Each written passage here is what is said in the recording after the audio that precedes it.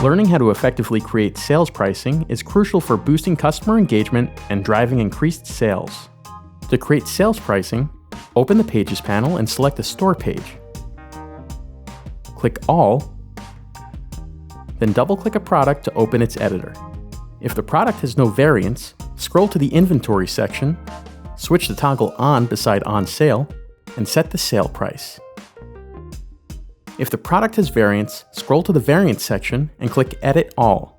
For every variant the sale will apply to, click the Price field, switch the toggle On beside On Sale, and set the sale price.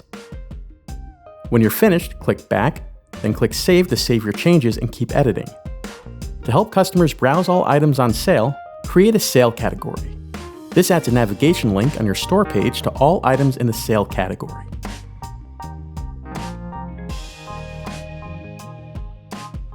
To offer a general sale on many products at once, open the Products and Services panel, then click Products. Click the Price field beside the products you want to edit, switch the toggle On beside On Sale, and set the sale price. You can also use discounts to take a certain amount off a customer's entire order. Please let us know if you have any questions. We're always here to help.